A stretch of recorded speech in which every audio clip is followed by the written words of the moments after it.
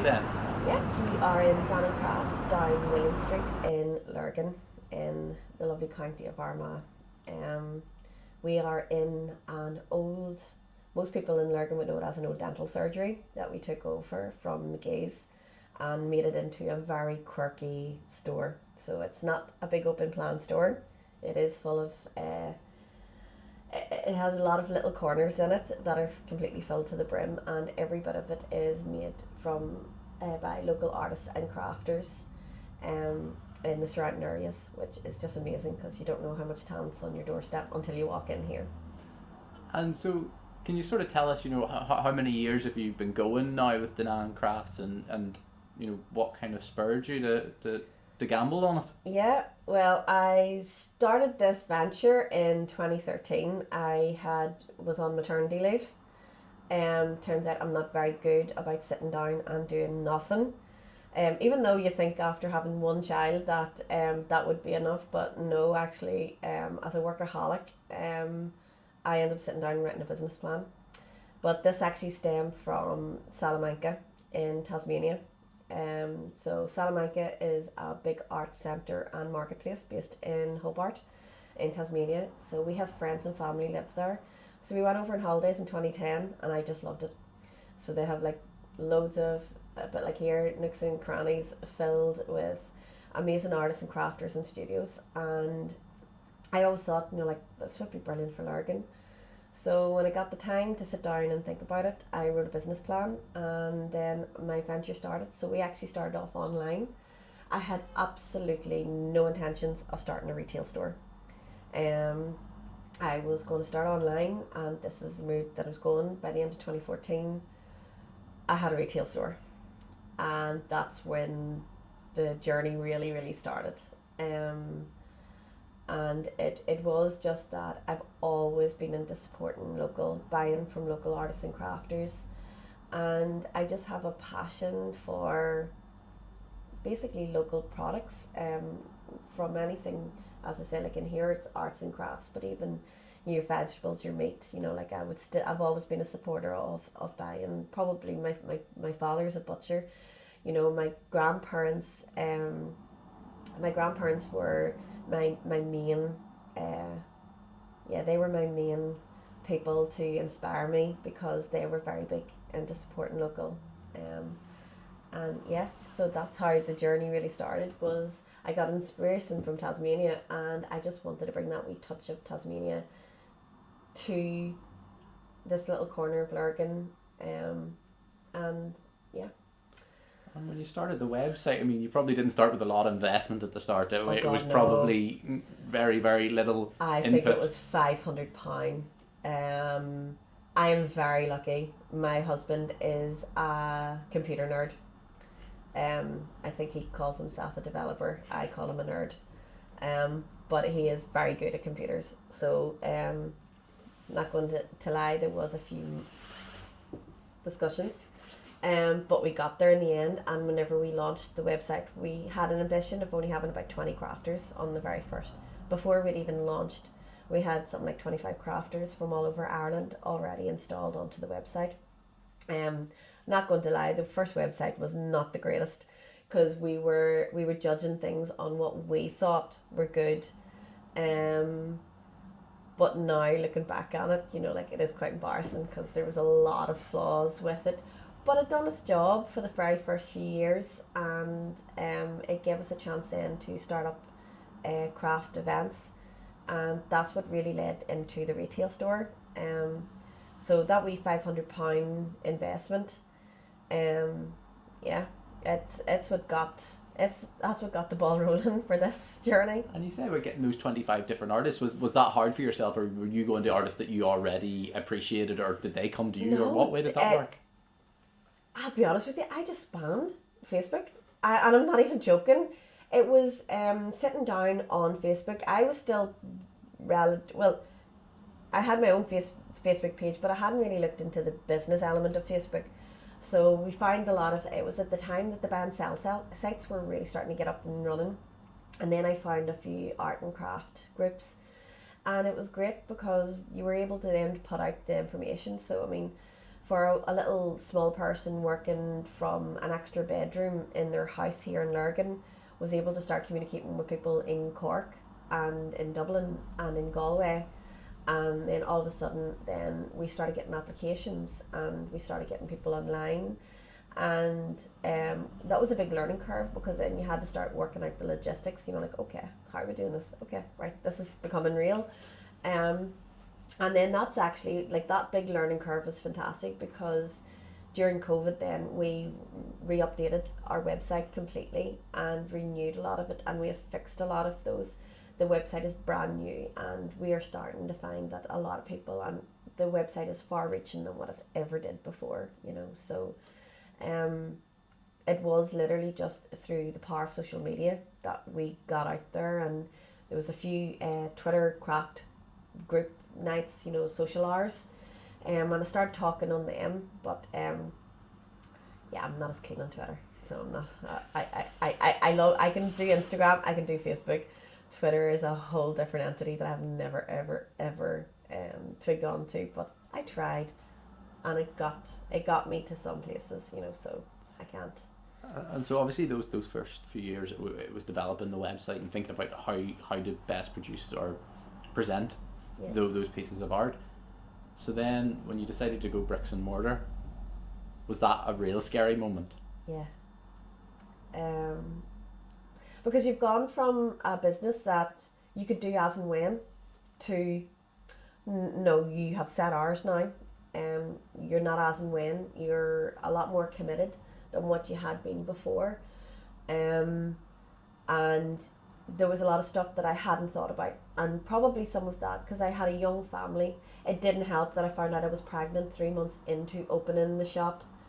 So that was even dealing with trying to learn how to run a business, because running an online, it's not easy, but you learn things. You're sitting in front of a computer. You can, you learn things in a different way. While in store, you're having to learn. Okay, you're merchandising, you're stock counting, you're dealing with customers. You learn how to deal with customers. You're all of a sudden, oh God, I've no pound coins. Why have I no pound coins? Something sometimes that I still forget about to this day, like 9 years later. I'm still not very good with that one. And you learn to adjust, and you learn how to develop, and we've had a lot of very, very, very scary moments with Danann Crafts, because it took us. Someone always told me that it takes you 5 years to break a town. And they weren't lying. The first 6 months of Danann Crafts opening, we did brilliant trade. After that, it went down, and it was then hard to get crafters. It was hard to get artists. We're also off the beaten track, so a lot of the artists and crafters are very much based around coastlines, based in the Ards Peninsula, sort of like North Down sort of area, and in Belfast. So whenever you come sort of on further out, we're not on a tourist trail, so it's a lot harder to get people to commit to you, to speak to you sometimes. And that's like, at the end of the day, they're wanting their product to go in to somewhere that they know that they can turn around and go, it's going to sell. While I was a new business, and I was still learning a lot of how to deal with these sort of matters. And now we've come the full loop round, and it's amazing what we've actually managed to have on the door. It's okay. So I'm really glad, now, we have amazing artists, we've got amazing crafters. I'm very lucky, I've always had those, but it's even more amazing now because we have got more established. So there's lines of communication opening up with some of the people that we've wanted in, and Danann Crafts has been very nicely being put onto the map, but it's been a lot of graft. I think part of the appeal of the building, as you said, it's those little nooks and crannies, maybe finding a piece of art hidden in between somewhere, and that kind of feel, does that harken back to that Salamanca in Tasmania, or is that something quirky of yourself? Probably more myself. I'll be honest with you. Sometimes it's like there could be hidden cups of tea around this place. I'm one of them people that I start a cup of tea, I sat it down and go, what have I done with that cup of tea? My staff laugh at me that they're running around trying to cope with my cup of tea sometimes. But no, I wanted this to be a store not like any other stores in the town. I wanted them whenever someone came in that they felt at home, they felt comfortable. We put this table in the room so people could actually sit down here and just have a chat. You know, they didn't have to move on anywhere. It's not, you know, it is somewhere that people could come in and they go, wow. And they can visualise some of the art and crafts sitting in their living room, you know, in their bedroom, in their kitchen, you know, and that was the whole point, you know. It was to bring, there was a few shops a bit like that in Salamanca, but no, it was me putting in that old Irish shop feel where you just didn't know what you were going to find on, you know, some shelves. Like I'll never forget going down, there was a store in Leitrim, and we went down to host a craft fair, and I think this is where a lot of sort of like the quirkiness really came in. It was the most bizarre shop. It was a convenience store, a tool shop, a craft shop.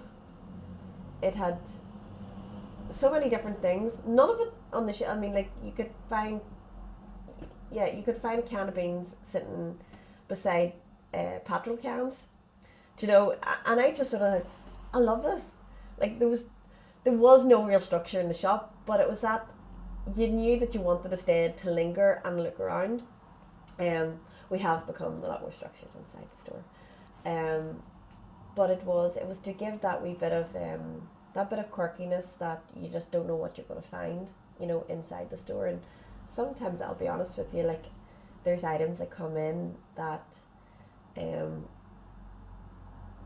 you know, they blow me away, and I nearly forget that they're here until the customer comes in and buys it, you know. And you know, I love then whenever the customer comes up to the door, you know, and tells me, I bought this picture in here, and do you know what, it was sitting behind this other wee thing, and I love it. It's the best because it's a find, you know, and that's it. It's a treasure, and that's the whole point. Like our slogan is the home of Irish treasures. It's sometimes that wee hidden thing can be someone's memento, and they just don't know it, you know, until they go looking.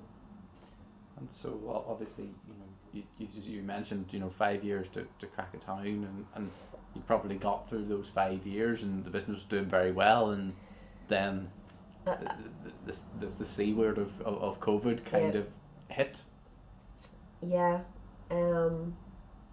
it's been a really turbulent time, and even going up to it, Danann Crafts was turning that corner. So we had actually gone from trying to diversify ourselves. So we had gone in that space of time, not just being a retail store. We had opened our store up to do craft workshops for adults and kids. We had a lady who had a studio space upstairs. We had community groups coming in and working. And I'd been just constantly trying to change the look of the place, trying to get something involved. So I had, probably whenever the C word started to come about, it was breaking my heart, because we had just had the best Christmas that we've ever had. We had just came off one of the best sales years that we had ever had, and we had actually done a lot of stuff, really a lot of hard work, trying to get ourselves more established and people to understand what it was we were doing, because that was the biggest thing, was people not understanding what Danann Crafts was.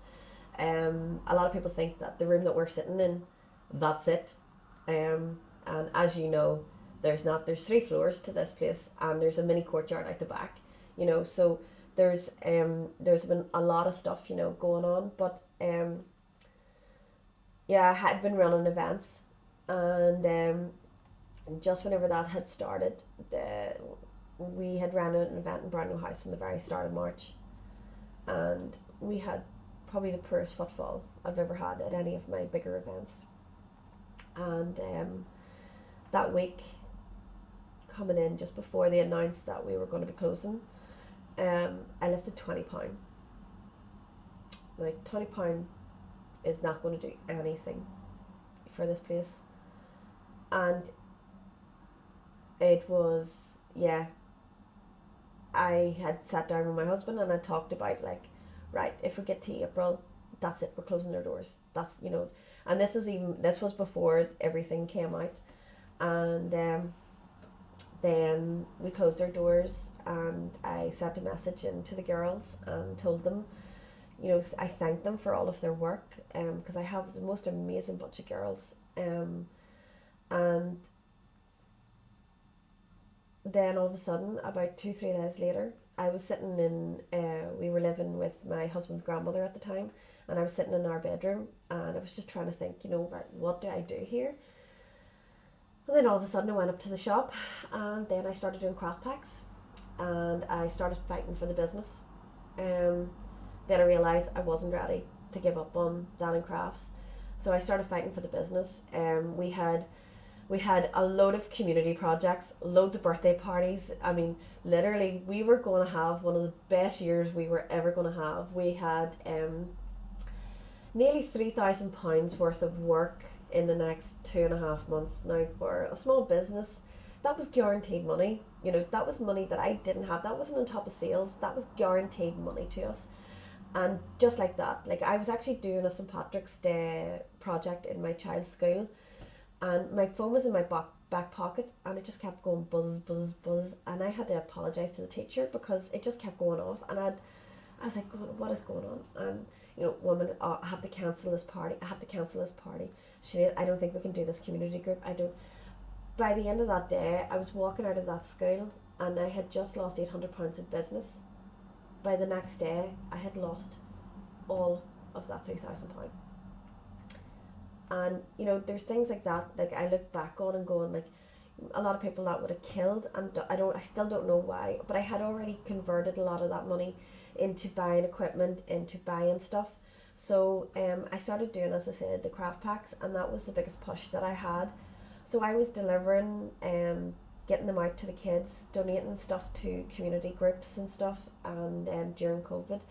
But it also gave me a chance then to sit back and look, right, what's not working with the business?